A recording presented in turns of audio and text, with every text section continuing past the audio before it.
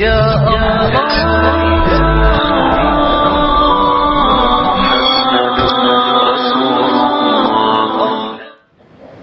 الحمد لله رب العالمين لا شريك له وبذلك أمرت وأنا من المسلمين والصلاة والسلام على من أرسله لإماطة الشرك والبدعة من العرب والعجم وعلى آله وأصحابه الذين سعوا في إشاعة التوحيد والسنة مقرين بقوله تعالى فادعوا الله مخلصين له الدين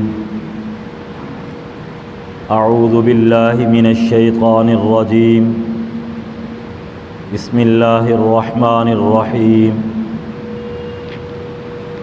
يا أيها الذين آمنوا اتقوا الله وقولوا قولا سديدا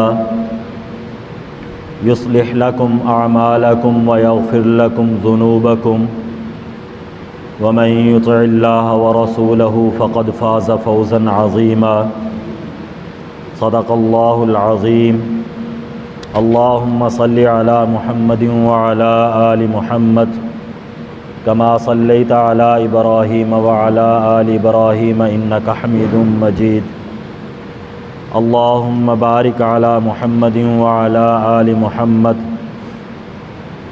كما باركت على إبراهيم وعلى آل إبراهيم إنك حميد مجيد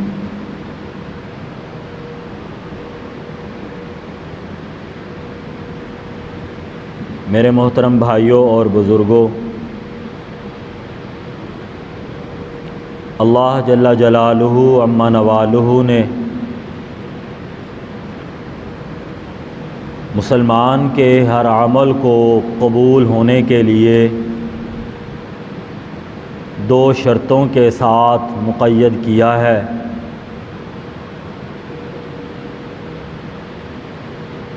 مسلمان کا کوئی بھی عمل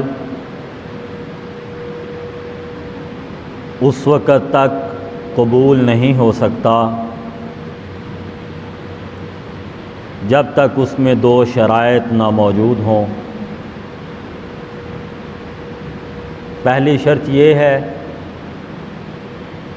کہ وہ عمل اللہ کے حکم کے مطابق ہو،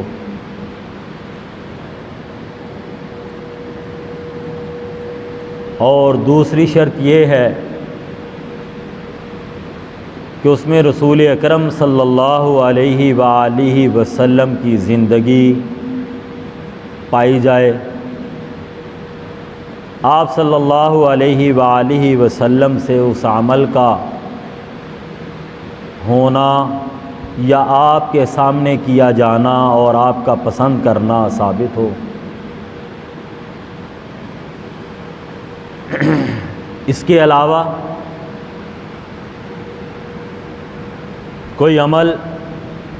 شکل کے اعتبار سے، صورت کے اعتبار سے کتنا ہی خوبصورت نہ ہو، دل کو لبا دینے والا ہو، مزاج اور طبیعتیں اس کی طرف مائل ہوں، انسان کو اس کے کرنے پہ سکون اور اطمینان حاصل ہو، اسے لذت ملتی ہو، اگر وہ عمل آپ صلی اللہ علیہ وآلہ وسلم کی تعلیم سے ثابت نہیں ہے، اللہ کے حکم کے مطابق نہیں ہے، اللہ کا کوئی حکم نہیں آیا، قرآن پاک کی کوئی آیت اس پہ وضاحت کے ساتھ نہیں آئی، اشارے کے ساتھ نہیں آئی، تو وہ عمل اللہ کے ہاں مردود ہے۔ میں اس کی ایک مثال عرض کر دیتا ہوں۔ ایک آدمی صبح اٹھا، تہجد پڑھی، دل نرم ہو گیا، تہجد کا وقت ختم ہوا، اس کا جی چاہتا ہے کہ آج اللہ کو سجدے زیادہ کروں، تو وہ فجر کی 2 سنتوں میں ہر رکعت میں 2 سجدے ہیں، اس کا رونے کو اللہ کے حضور جی چاہ رہا ہے، سجدے زیادہ کرنے کو جی چاہ رہا ہے، تو وہ شخص ہر رکعت میں 2 کی بجائے 3 سجدے کرتا ہے اور روتا بھی بہت ہے، تسبیحات بھی کثرت سے کرتا ہے۔ میرے بھائیوں، میرے بزرگوں، میرے دوستوں، کسی بڑے عالم کے پاس جانے کی ضرورت نہیں ہے۔ عام شخص جو دین کی بنیادی باتوں کو سمجھتا ہے وہ بھی کہہ دے گا بابا آپ کی سنتیں ادا نہیں ہوئی صحیح۔ وہ کہے گا بھائی صاحب میں نے 2 سجدے زائد کیے ہیں، اور سجدے میں اللہ کو بندہ بڑا محبوب ہوتا ہے۔ اللہ تعالیٰ نے قرآن پاک میں سجدے کے عنوان بنایا ہے وَأَنَّ الْمَسَاجِدَ لِلَّهِ فَاسْجُدُوا وَاعْبُدُوا رَبَّكُمْ وَافْعَلُوا الْخَيْرَ۔ قرآن جس عمل کو عنوان بنائے وہ اللہ کے ہاں کتنا اہم ہے، اور میں نے اس سجدے میں کوئی غیر کی تسبیح بھی نہیں کی، میں نے سبحان ربی الاعلیٰ کہا، سبحانک اللہم ربنا وبحمدک اللہم اغفر لی، یہ دعا پڑھی، اللہم اغفر لی ذنبی کلہ دقہ جلہ اولہ وآخرہ وعلانیتہ وسرہ، میں نے یہ دعا پڑھی ہے، میں نے کوئی جرم تو نہیں کیا۔ اسے کہا جائے گا کہ یہ آپ صلی اللہ علیہ وسلم کی تعلیم نہیں ہے، آپ نے 2 سنتے۔ وہ آگے سے کہے کہ بھائی منع کر کے دکھاؤ، آپ کی کوئی حدیث دکھاؤ جس میں آپ نے منع کیا ہو کہ فجر کی 2 سنتوں میں 2 سجدوں کرنے ہیں، تیسرا منع ہے، دکھا دو۔ تو ہم اس پہ کیا گفتگو کریں گے، اس کو کیا کہیں گے؟ تو بیچارہ آؤٹ ہو چکا ہے، غم اس کا بڑھ چکا ہے، اور غم اس کا دماغ کو پہنچ چکا ہے جس سے اس کا دماغی توازن بھی درست نہیں ہے۔ تو میرے بھائیوں، یہ ایک میں نے مثال عرض کی ہے۔ تو ہر عمل اللہ کے ہاں محبوب وہ ہوگا جسے قرآن نے موضوع بنایا ہو، عنوان بنایا ہو، احادیث پاک میں صحیح احادیث میں اس کا تذکرہ موجود ہو اور آپ صلی اللہ علیہ وسلم سے ثابت ہو۔ اور اگر ایسا نہیں ہے تو پھر اللہ جل جلالہ عما نوالہ کہ ہاں وہ عمل غیر مقبول ہے، وہ مردود ہے۔ اور رسول اکرم صلی اللہ علیہ وآلہ وسلم نے ارشاد فرمایا، آپ صلی اللہ علیہ وآلہ وسلم نے ارشاد فرمایا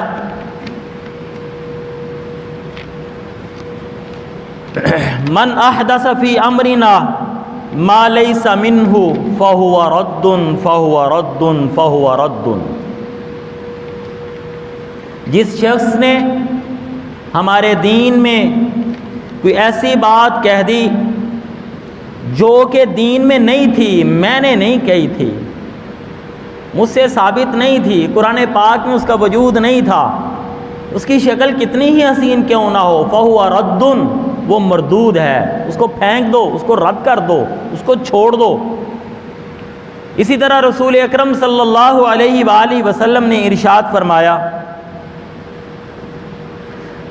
آپ صلی اللہ علیہ وسلم کے صحابی ہیں، وہ آپ کے ارشاد کو یوں انداز میں نقل فرماتے ہیں کہ وعظنا رسول اللہ صلی اللہ علیہ وسلم موعظۃ بلیغۃ، آپ صلی اللہ علیہ وسلم نے ہمیں واعظ کیا، اور واعظ ایسا تھا جو بڑا بلیغ تھا،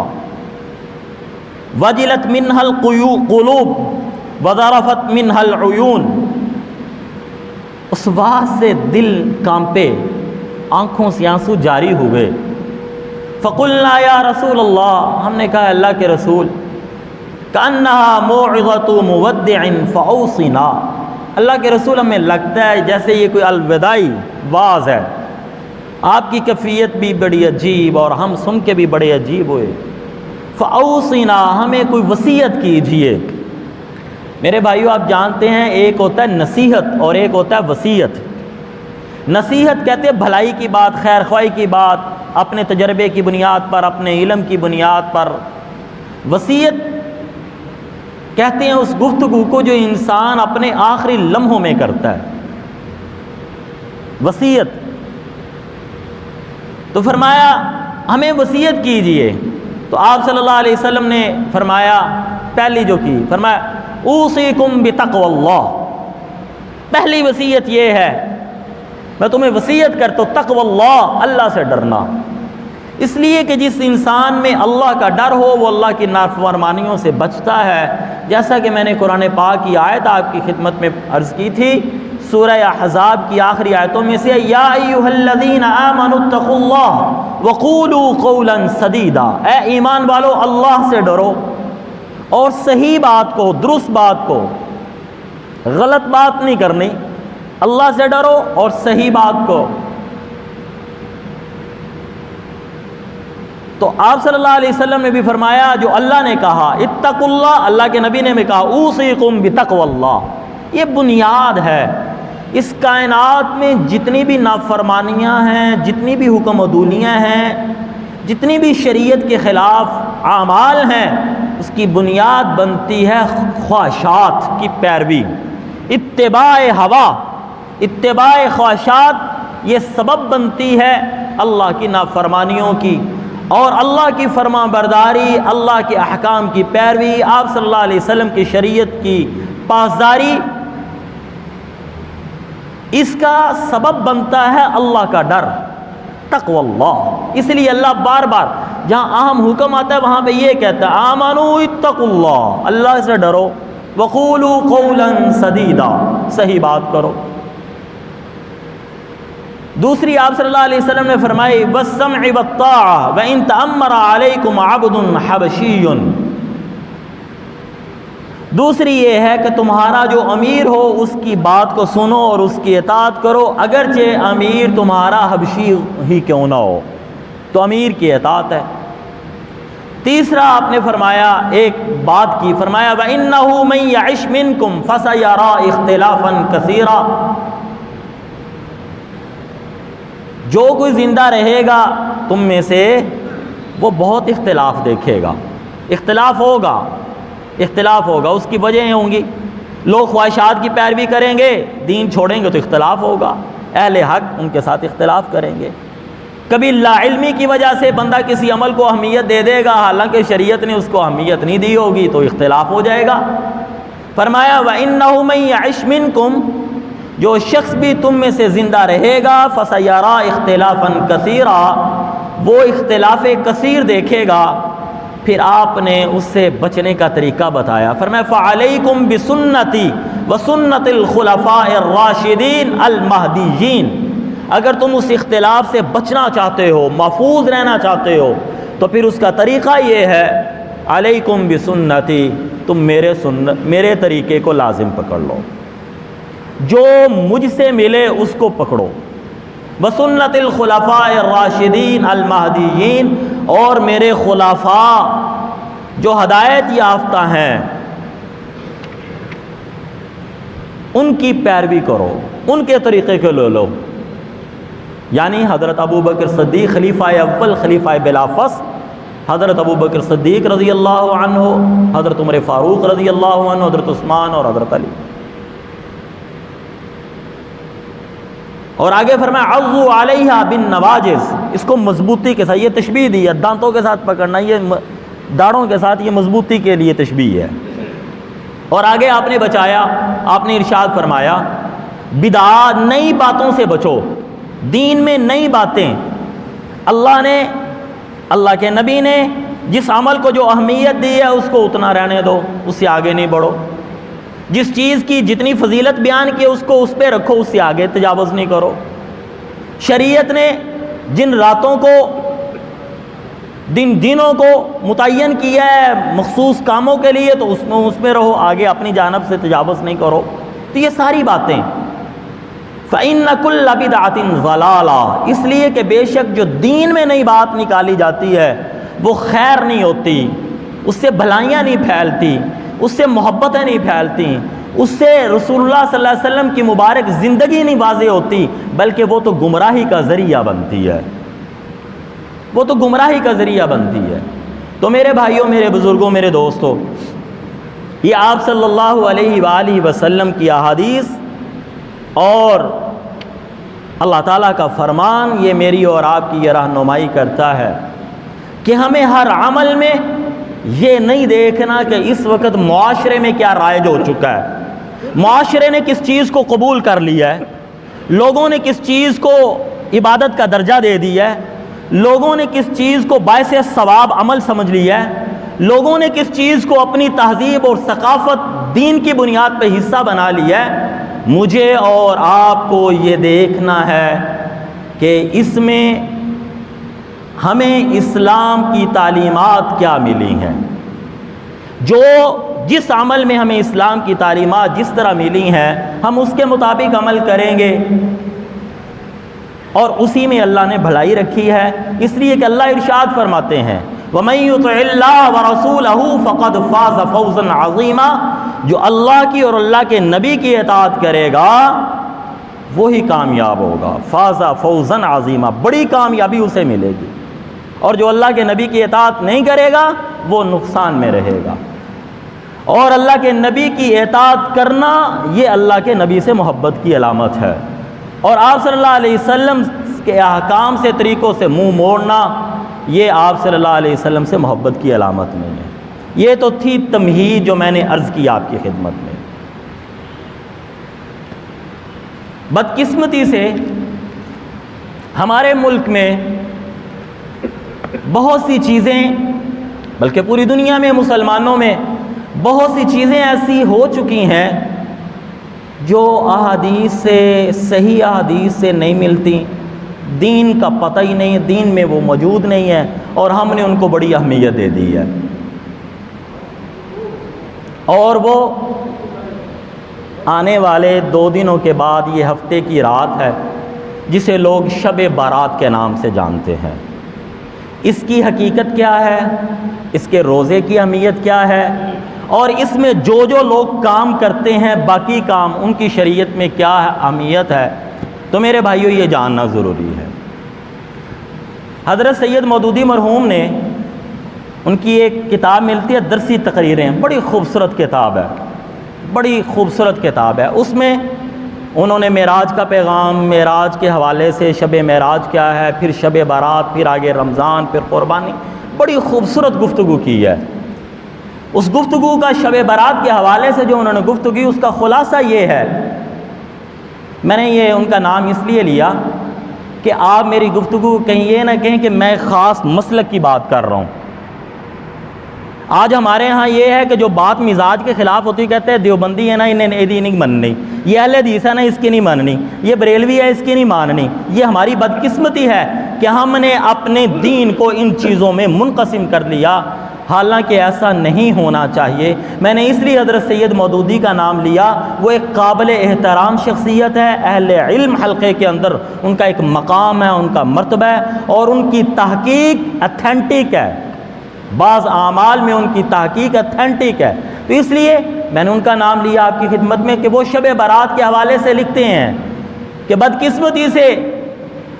ہمارے مسلمانوں میں اس رات کو محرم کے بعد بڑا اونچا درجہ دے دیا گیا،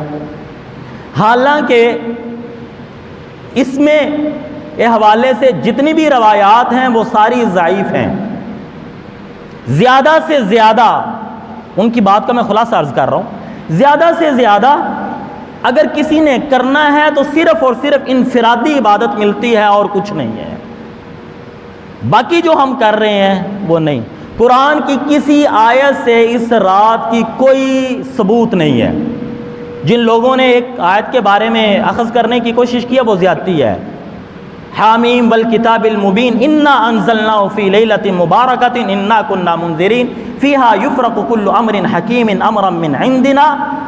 انا کنا مرسلین۔ یہ لیلہ مبارکہ سے مراد لیلۃ القدر ہے، یہ لیلہ شب بارات نہیں ہے، یہ نہیں ہے،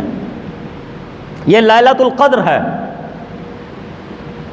ہمارے استاذ جن سے ہم نے قرآن پاک کی تفسیر پڑھی، اللہ کی کروڑوں رحمتیں ہوں، اللہ ان کی قبر کو نور سے بھر دے،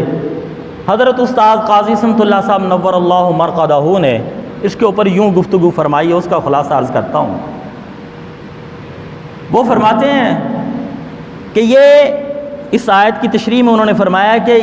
اس آیت کو شب بارات کے لیے کہنا تو سراسر ظلم اور زیادتی ہے، یہ تو شب قدر کے لیے ہے۔ انا انزلناہ، اس لیے کہ قرآن دوسری جگہ پہ شہادت دیتا ہے انا انزلناہ فی لیلۃ القدر، قرآن اترا لیلۃ القدر میں، تو لیلہ مبارکہ سے مراد شب برات نہیں ہے، لیلہ مبارکہ سے مراد بھی کیا ہے؟ لیلۃ القدر ہے۔ شہر رمضان الذی انزل فیہ القرآن، قرآن رمضان میں اترا، رمضان میں لیلۃ القدر ہے، اور یہ لیلہ مبارکہ بھی لیلۃ القدر ہی ہے۔ تو فرماتے ہیں ایک بات یہ ہوگی، یہ طے شدہ بات۔ دوسری بات، اس شب برات کے حوالے سے بہت سی احادیث آئی ہیں، بہت سی احادیث آئی ہیں، اور وہ اکثر احادیث ضعیف ہیں، اکثر احادیث ضعیف ہیں، لیکن حضرت تقی عثمانی صاحب، حضرت قاضی صاحب رحمۃ اللہ علیہ یہ بات فرماتے ہیں کہ اگر بہت سی احادیث ضعیف ہوں تو وہ عمل کے لیے قبولیت کا درجہ رکھ دیتی ہیں، عمل کے لیے قبولیت کا درجہ ہے۔ لہٰذا اب اگر کوئی شخص اس رات میں عبادت کرنا چاہے تو وہ عبادت کر سکتا ہے، لیکن یہ اجتماعی طور پر نہیں، محفل لگا کر نہیں، مسجد میں آ کر نہیں، اپنے گھر میں، اور جو کرے ٹھیک ہے، جو نہیں کرتا اس کے اوپر قدغن نہیں ہے، اس کے اوپر انگلی نہیں اٹھا سکتے، اور تو نے شب برات عبادت ہی نہیں کی تھی، تو ستا ہی رہے ہیں، یہ نہیں کہہ سکتے۔ اور اس سے دلیل اور وہی دلائل جو پیش کیے جاتے ہیں اس رات کی بڑی عظمت کو ثابت کرنے کے لیے، اسی سے میں دلیل عرض کر دیتا ہوں۔ یہ مشکات میں بھی موجود ہے اور ترغیب و ترہیب کے اندر بھی موجود ہے۔ اما عائشہ صدیقہ رضی اللہ تعالیٰ عنہ کہتی ہیں کہ رسول اکرم صلی اللہ علیہ وآلہ وسلم، میں آپ کے ساتھ تھی، وہ رات میرے لیے تھی۔ آپ صلی اللہ علیہ وسلم اٹھے، آپ نے نماز شروع کی، آپ صلی اللہ علیہ وسلم سجدے میں چلے گئے اور لمبا سجدہ کیا، یہ آپ کا معمول تھا۔ بعض اوقات آپ قیام بڑا لمبا کرتے تھے، بعض دفعہ رکوع بڑا لمبا کرتے تھے، بعض دفعہ آپ سجدہ لمبا کرتے، تو آپ صلی اللہ علیہ وسلم نے لمبا سجدہ کیا، میری آنکھ کھلی، میں انتظار میں ہوں کہ آپ صلی اللہ علیہ وسلم سجدے سے اٹھیں گے، لیکن آپ نے لمبا سجدہ کیا، مجھے ڈر ہوا کہ پیارے پیغمبر دنیا سے رخصت ہو چکے، تو میں نے آپ صلی اللہ علیہ وسلم کے پاؤں مبارک کو حرکت دی۔ آپ صلی اللہ علیہ وسلم کے پاؤں مبارک کو جب حرکت دی تو اس میں حرکت ہوئی، میں سمجھی کہ آپ صلی اللہ علیہ وسلم حیات ہیں۔ آپ صلی اللہ علیہ وسلم نے نماز مکمل کی۔ نماز مکمل کرنے کے بعد مجھے کہنے لگے، بڑے عجیب لفظ ہیں، یہ میاں بیوی کی محبت، عائشہ تو نے کیا خیال کیا تھا میں تیرے ساتھ خیانت کروں گا، کہ تیرے بستر پہ نہیں تھا تو تو نے ذہن بنایا کہ شاید آپ کہیں اور چلے گئے ہیں، یعنی اپنی دوسری اہلیہ کے گھر چلے گئے ہیں۔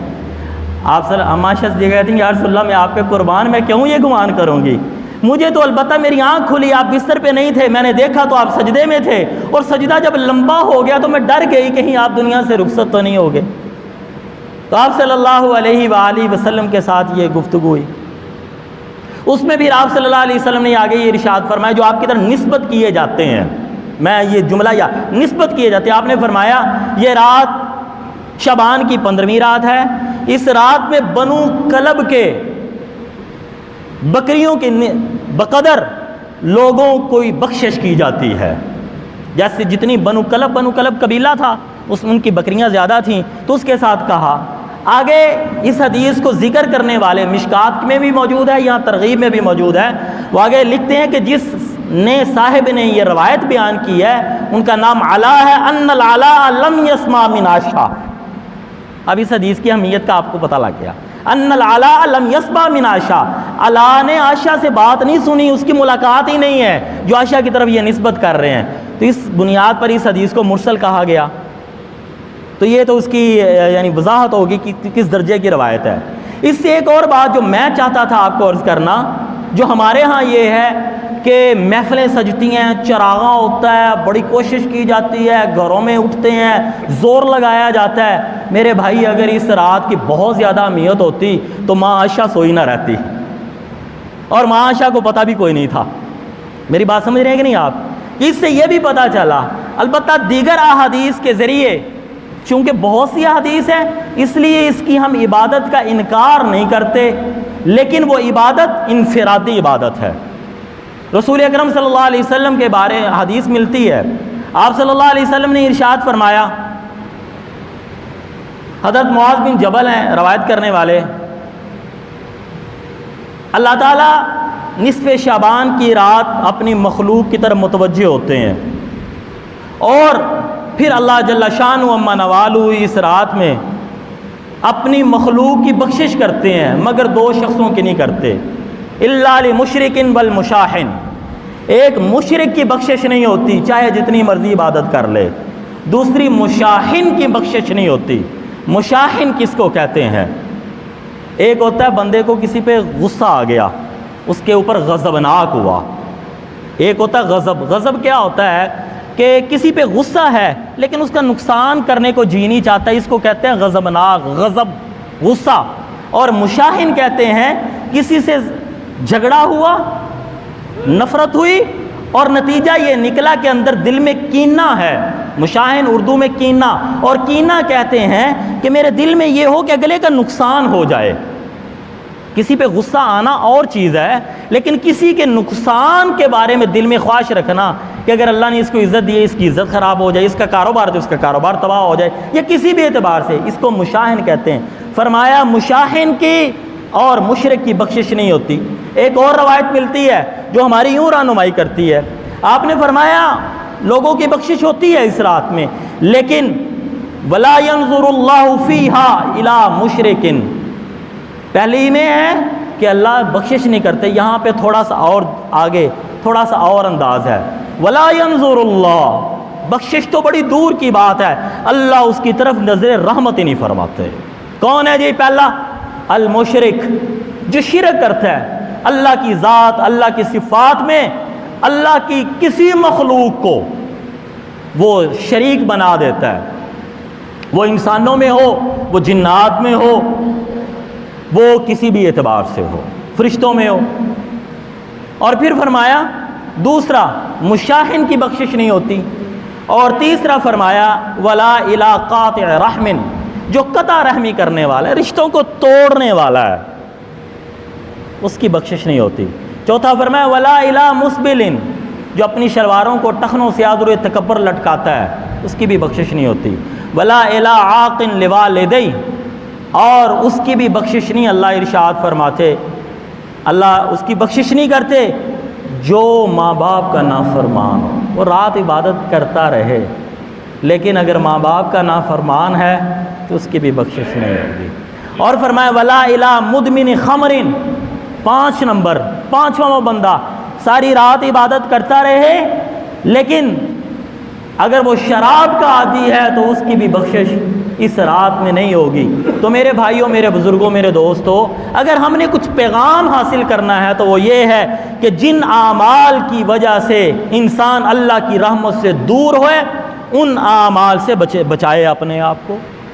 وہ یہ فکر کرے کہ یہ اعمال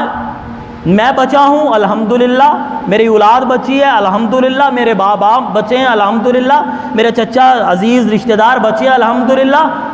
پھر آگے چلے میرے ہمسائے، میرے محلے دار، میرے شہر والے، بلکہ پوری دنیا کے مسلمان۔ یہ ہمیں فکر ہونی چاہیے کہ آج ہم ان گناہوں میں مبتلا تو نہیں ہیں۔ یقین فرمائیے آج ہم مسلمانوں کے دل کینے سے بھرے ہوئے ہیں، کینے، کوئی مانے نہ مانے، جو مانتا ہے نا اس کا فائدہ ہو جاتا ہے، اس لیے جو اعتراف کرتا ہے نا وہ پھر اپنے آپ کو بدلتا ہے، جو نہیں نہ مانتا وہ اس کا کوئی نہیں فائدہ ہوتا۔ ہم مانے، ہمارے دلوں میں کینے ہیں، قطع رحمی ہے ہمارے پاس، ماں باپ کی کتنی کو خدمت ہے، میرے سمیت ہر بندہ ہم اپنا جو ہے وہ محاسبہ کر لیں، اور ہمارے معاشرے میں کتنی شراب پی جا رہی ہے، نوجوان بیچارے پی پی کے کہاں جا رہے ہیں۔ تو یہ فکر کریں کہ مسلمان ان برے اعمال سے بچ جائیں۔ تو میرے بھائیوں، میرے بزرگوں، پہلی بات تو یہ ہو گئی کہ اس رات کے حوالے سے میں نے آپ کی خدمت میں تھوڑی سی بات عرض کر دی کہ اگر کسی نے عبادت کرنی ہے روایات کثرت کی وجہ سے، علماء کہتے ہیں کہ اگر کوئی عبادت کرنا چاہے تو کر لے، لیکن عبادت نفلی ہے، اور نفلی عبادت اکیلے میں ہوتی ہے، نفلی عبادت کے لیے اجتماع نہیں ہوتا، نفلی عبادت میں محافلیں نہیں سجائی جاتی، نفلی عبادت اکیلے گھر میں ہوتی ہے، اور رسول اللہ نے بھی اپنے گھر میں کی ہے، اس کے اوپر کسی کو زور نہیں دیا جاتا، اگر کوئی نہ کرے تو اس کے اوپر طعن و تشنیع اور اس کی تضحیق نہیں ہے۔ دوسری بات، اگلے دن کے روزے کے حوالے سے کس کا کیا روزہ ہے کہ نہیں، ایک روایت ملتی ہے اور وہ روایت منکر ہے، اس کے اوپر تمام جمہور محقق علماء وہ کہتے ہیں اس دن کا روزہ نہیں ہے، البتہ شعبان کے پورے مہینے میں روزے ہیں۔ رسول اکرم صلی اللہ علیہ وآلہ وسلم سے جو صحیح احادیث ملتی ہیں، حضرت اسامہ سے بھی ملتی ہے، حضرت انس بن مالک رضی اللہ تعالیٰ عنہ سے بھی ملتی ہے، اور اما عائشہ صدیقہ رضی اللہ تعالیٰ عنہ سے بھی ملتی ہے، حضرت ام سلمہ رضی اللہ عنہ سے بھی منقول ہے، اور وہ صحیح احادیث ہیں جس میں ہے کہ آپ جن ساری احادیث کا وقت ہو گیا، میں اس لیے خلاصہ عرض کرنے لگا ہوں۔ خلاصہ یہ ہے کہ آپ صلی اللہ علیہ وسلم رمضان کے علاوہ جس ماہ مبارک میں سب سے زیادہ روزے رکھا کرتے تھے وہ ماہ شعبان تھا، وہ ماہ شعبان تھا۔ تو ماہ شعبان میں روزے رکھے آپ یکم سے لے کر، علماء کہتے ہیں، فقہا کہتے ہیں کہ عام ایمان والوں کو 15 تک رکھنے چاہیے، زیادہ اگر طاقت ہے تو رکھ لے، اگر کمزوری ہونے کا خدشہ ہے تو پھر نہ رکھے۔ رسول اکرم صلی اللہ علیہ وآلہ وسلم نے البتہ بعض دفعہ یکم شعبان سے لے کر 28 شعبان تک بھی رکھے ہیں۔ تو یہ ایک دن کے روزہ نہیں ہے، البتہ رکھنے ہیں، مسنون عمل۔ اگر آپ کو شوق ہے اعمال کا، میں نے اس لیے عرض کیا تھا، دین وہ ہے جو میرے مزاج کے مطابق نہیں، دین وہ ہے جو میرے نبی سے صحیح حدیث سے ثابت ہے۔ میں نے یہ نہیں دیکھنا میرے معاشرے میں کس چیز کو چیز رائج ہو گئی ہے، لوگ کس کو قبول کر رہے ہیں، میں نے یہ دیکھنا میرے نبی سے کیا ہے، کیونکہ قرآن کی یہ تعلیم ہے، اتقوا اللہ من یطع اللہ ورسولہ۔ تیرا کوئی بھی عمل اللہ کے ہاں قبولیت کا درجہ تب رکھے گا جب اس کے اوپر نبی مکرم صلی اللہ علیہ وسلم کے صحیح عمل کی مہر ہوگی، صحیح احادیث کی مہر ہوگی، وگرنہ نہیں ہے۔ تیسری بات، دو باتیں ہوگی، تیسری بات، اس دن میں دو قسم کے عمل کیے جاتے ہیں، ایک جن کی شکل بظاہر اچھی ہے، اور ایک وہ ہے جن کی شکل ہی اچھی نہیں ہے۔ جن کی شکل اچھی نہیں ہے پہلے میں وہ عرض کر دیتا ہوں۔ ہمارے بچے ہمارے معاشرے میں شرلیاں پٹاخے بجاتے ہیں، انار رکھے جاتے ہیں، یہ ساری چیزیں، چراغاں کیا جاتا ہے، میرے بھائیو یہ سارے اسراف ہے، اور اسراف ان المبذرین کانوا اخوان الشیاطین۔ یہ بدقسمتی سے جن کے ساتھ ہم رہے ہیں نا، حضرت سید مودودی یہاں پہ یہ بھی ارشاد فرماتے ہیں کہ اصل میں ہم مسلمان ہوئے، لیکن چونکہ تعلیمات سے ہم آگاہ نہ ہوئے تو جو ہندو تھا مسلمان تو ہوا، کلمہ پڑھ لیا، باقی ساری رسمیں اپنے اوپر لاد کے رکھیں۔ چاہیے تو یہ تھا کلمے کی برکت سے وہ ساری رسمیں جو ہندوؤں میں تھی وہ پھینکتا، سکھوں کی تھی وہ پھینکتا، لیکن اس نے وہ پھینکنے کی بجائے ان کو اسلامی شکل دے کر ان کا بوجھ اپنے اوپر لے لیا، اور وہ ہمارے اندر رائج ہوتی گئیں۔ محنت کم تھی اور جہالت زیادہ تھی، جس کا نتیجہ یہ نکلا یہ ساری چیزیں ہمارے اندر رائج ہو گئیں۔ تو میرے بھائی ان کی تو شکل بھی، یہ اعمال، شرلیاں، پٹاخے، چراغاں، جو کچھ بھی ہم کرتے ہیں یہ تو شکل کے اعتبار سے بھی ٹھیک نہیں ہے، اور یہ تو بظاہر ہی نظر آ رہا ہے، یہ تو فضول خرچی ہے، اس میں تو کسی کی آنکھ پھوڑنے کا خدشہ ہے، اس میں تو کہیں آگ لگ جانے کا خدشہ ہے، اس میں تو سب سے اور کچھ نہ ہو تو اس میں مسلمان ڈرتا ہے۔ تو یہ تو بڑا نقصان ہے، اور اس کے اوپر تو بڑی سخت وعید ہے۔ رسول اکرم صلی اللہ علیہ وآلہ وسلم نے، آپ کے صحابی نے ایک کو دیکھا، بچے کو دیکھا وہ غلیل سے کھیل رہا ہے، آپ نے فرمایا یہ نہ کر، یہ نہ کر، یہ کسی جانور کو ہلاک تو کرے گی نہیں کہ تو شکار کر لے، البتہ یہ کسی کا سر پھوڑے گی یا آنکھ پھوڑے گی، کسی کا سر پھوڑے گی یا آنکھ پھوڑے گی، تو یہ تو کر، اور یہ جو کام ہے اس سے بھی پیسے ضائع ہوتے ہیں، آگ جلتی ہے، نقصان ہونے کا خدشہ، تو یہ تو قطعاً یہ شکلاً بھی برے ہیں۔ اور دوسری چیز جن کی شکل کے اعتبار سے اچھے ہیں، مثال کے طور پہ بریانی پکا کے رشتہ داروں میں بانٹنا، حلوہ پکانا، یہ نان بانٹنا، یہ شکل کے اعتبار سے بظاہر اچھے ہیں، ان کی شکل اچھی لگتی ہے کہ کسی مسلمان کھا رہا ہے۔ لیکن میرے بھائی ایک جملہ عرض کرتا ہوں آپ کی خدمت میں، وہ کام جو دین تھے، دین بن سکتے تھے، وہ اللہ کے نبی اور نبی کے صحابہ کر چکے ہیں۔ پھر میری طرف توجہ فرمائیے، ایک جملہ ہے، قیمتی جملہ ہے، وہ کام جو دین تھے، دین ہیں، دین بن سکتے تھے، وہ اللہ کے نبی اور نبی کے صحابہ کر چکے ہیں۔ اور جو کام نبی اور نبی کے صحابہ نے نہیں کیا عمر فاروق اس کو دین سمجھ کے کرے تو اللہ کے نبی ہی فرما رہے ہیں جو رحمت للعالمین ہیں، لیکن میری اور آپ کی بھلائی کے لیے فرما رہے ہیں اگر تم وہ کرو گے وَإِيَّاكُمْ مُحْدَثَاتِ الْأُمُورِ، لوگوں دین میں نئی باتیں نکالنے سے بچو، اگر تم نے نئی باتیں نکالی فَإِنَّ كُلَّ بِدْعَةٍ ضَلَالَةٍ، بے شک نئی باتیں دین میں نکالنا گمراہی ہے، وَكُلَّ ضَلَالَةٍ فِي النَّارِ، اور ہر گمراہی تمہیں جنت میں نہیں لے کے جائے گی بلکہ تمہیں جہنم میں لے جائے گی۔ تو اس لیے میرے بھائیو شکل ٹھیک ہے لیکن چونکہ صحابہ سے ثابت نہیں ہے، یہ عمل صحابیات سے ثابت نہیں ہے، یہ ازواج سے ثابت نہیں ہے، رسول اللہ سے نہیں ہے، تو اس سے بچنا بھی ضروری ہے۔ سوال ہوگا جیسے میں نے بیان کے شروع میں عرض کیا تھا، میرے کچھ بھائی ابھی آئے ہیں پھر بات دہرا دیتا ہوں، سوال یہ ہوگا جی عمل تو خوبصورت ہی نہیں، کسی کے منہ میں جا رہا ہے نا، کسی کے منہ میں ہی جا رہا ہے۔ تو میں اپنی مثال دہرا دیتا ہوں، میں نے عرض کیا تھا شروع میں، ایک آدمی فجر کی 2 سنتیں پڑھتا ہے، وہ 2 سنتوں میں ہر رکعت میں 2 سجدے ہونے کی بجائے وہ 3 سجدے کرتا ہے۔ کوئی کہتا ہے بابا یہ تو نے غلط کیا، کہتا ہے کی ہوا ہے سجدہ ایک ہی بات ہی ہوا ہے نا، ایک سجدہ اللہ کو زائد ہوا ہے،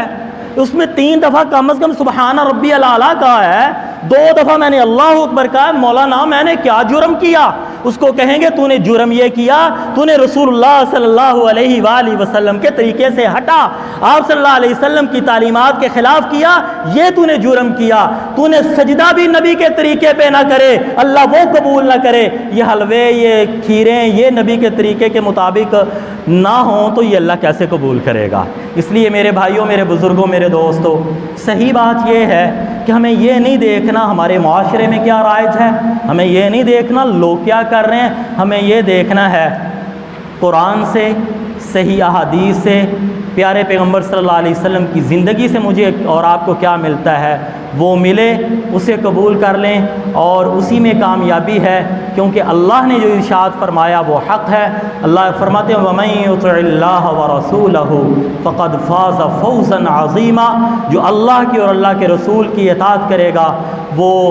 یقیناً وہی کامیاب ہوگا۔ اور میرے بھائیوں میرے بزرگوں میرے دوستوں یہ کیوں ہوا؟ اس کی وجہ یہ ہے کہ ہم نے قرآن کی تعلیمات سے دور ہیں، ہم نے قرآنی تعلیمات کو چھوڑا، قرآن سیکھنا چھوڑا۔ ہم زیادہ سے زیادہ میرے سمیت یہاں پہ ہم جتنے لوگ بیٹھے ہیں ہم اپنے دل میں اپنی ایمانداری سے پوچھیں ہم میں سے کتنے لوگوں کو قرآن کا ترجمہ نہیں میں عرض کرنے لگا، جو دن میں 5 دفعہ پڑھنی ہوتی ہے اس کو ہم نماز کہتے ہیں، اور اس کی کم از کم روزانہ کتنی رکھتے ہوتی ہیں؟ 4 فجر کی، 12 ظہر کی، 8 نہیں تو چلو کم از کم 4 تو ہیں ہی، عصر کی، عشاء کی، مغرب کی 7 چلو نہیں تو کم از کم 5 تو پڑھنی ہوتی ہیں، عشاء کی 17 چلو نہیں کم از کم تو 9 تو پڑھنی ہوتی ہیں۔ اتنی رکعتیں جو ہم پڑھتے ہیں ہم میں سے کتنے لوگوں کو اس کا ترجمہ آتا ہے؟ 5 دفعہ اللہ کے حضور کھڑے ہونا ہے اور اس میں 2 4 8 رکعتیں پڑھنی ہیں، کتنے لوگوں کو ترجمہ آتا ہے؟ تو قرآن تو بڑی دور کی بات ہے۔ تو ہمارے لیے یہ ساری پریشانیاں تب آئیں ہم نے قرآن کو چھوڑا۔ اللہ جل شانہ میں قرآن سے لگنے کی توفیق عطا فرمائے۔ اسی چیز کو بنیاد بنا کر الحمدللہ ہمارے ہاں آپ کے اس محلے میں جامعہ اصحاب صفا کے زیر انتظام محنت ہو رہی ہے، اور الحمدللہ ہر سال کی طرح اس سال بھی دورہ ترجمۃ القرآن آپ کے اس محلے میں ہمارے محترم حاجی ریاض قدیر بٹ صاحب کے گھر میں پڑھایا جائے گا۔ 2 بجے سے لے کر خواتین کے اندر خصوصی طور پر 2 بجے سے لے کر 4 بجے تک یہ ترجمہ قرآن کلاس ہوگی، جس کا نصاب یہ ہے کہ قرآن پاک کا مکمل ترجمہ و تفسیر، آیات احکام کی تشریح، عقائد، عبادات، اتحاد امت، اسلامی اخلاق، معاشرت و معاملات کے مختلف عنوانات پر دل نشین تشریح اور مسنون دعاؤں کا یاد کروانا اور عملی مشق، یہ ساری چیزیں ہوں گی۔ تو میں تمام احباب سے یہ گزارش کروں گا کہ اپنے گھروں میں یہ دعوت چلائیں۔ ہماری مائیں بہنیں بیٹیاں اگر قرآن سیکھیں گی تو ہمارے بچے انشاءاللہ خود بخود سیکھیں گے۔ تو 15 شعبان یعنی پرسوں اتوار والے دن دوپہر 2 بجے سے لے کر 4 بجے تک 20 رمضان المبارک تک یہ ترجمہ قرآن کلاس ہوگی۔ تمام احباب سے گزارش یہ ہے کہ اپنی خواتین کو تیار کریں۔ اس کے علاوہ ہر ہفتہ ہمارے بھائی آفتاب احمد خان صاحب کے گھر میں خواتین کے لیے ہفتہ وار کلاس ہوتی ہے، قرآن پاک کا ترجمہ ہوتا ہے، ایک حدیث پڑھی جاتی ہے اور نماز کی عملی مشق اور دعائیں یاد کروائی جاتی ہیں، قرآن پاک کی تصحیح ہوتی ہے، 1.5 گھنٹے کی یہ کلاس ہوتی ہے ہر ہفتے والے دن۔ تو میں تمام احباب سے گزارش کروں گا کہ اپنی خواتین کو تیار کریں اور ان کو ادھر بھیجیں۔ یقین فرمائے قرآن پاک کی وقت ہو چکا ہے، وگرنہ میں آپ کو ایسے واقعات سناتا کہ عیسائی عورتوں نے سن کر مسلمان عورتوں کو تیار کیا اس کلاس میں۔ میں صرف آپ کو ایک لمبا واقعہ نہیں سناتا، اتنا بتا، ایک عیسائی عورت نے سنا قرآن پڑھایا جا رہا تھا، اس نے ایک مسلمان عورت کو تیار کیا کہ جاؤ اگر اپنے گھر میں امن و سکون چاہتے ہو تو جا کے قرآن سیکھو۔ قرآن کی تاثیر ہے، اور ہماری ناکامی اور خسارے کی وجہ یہ ہے ہم قرآن سے دور ہیں۔ تو تمام احباب سے گزارش یہ ہے کہ وہ ضرور اس کے لیے دعا بھی کریں، اللہ قبول بھی فرمائے اور پوری امت کی ہدایت کا ذریعہ بنائے، اور اپنے گھر والوں کو تیار کریں۔ اللہ مجھے اور آپ کو ہر مسلمان کو قبول فرمائے۔ سبحان اللہ و بحمدہ، سبحان اللہ العظیم۔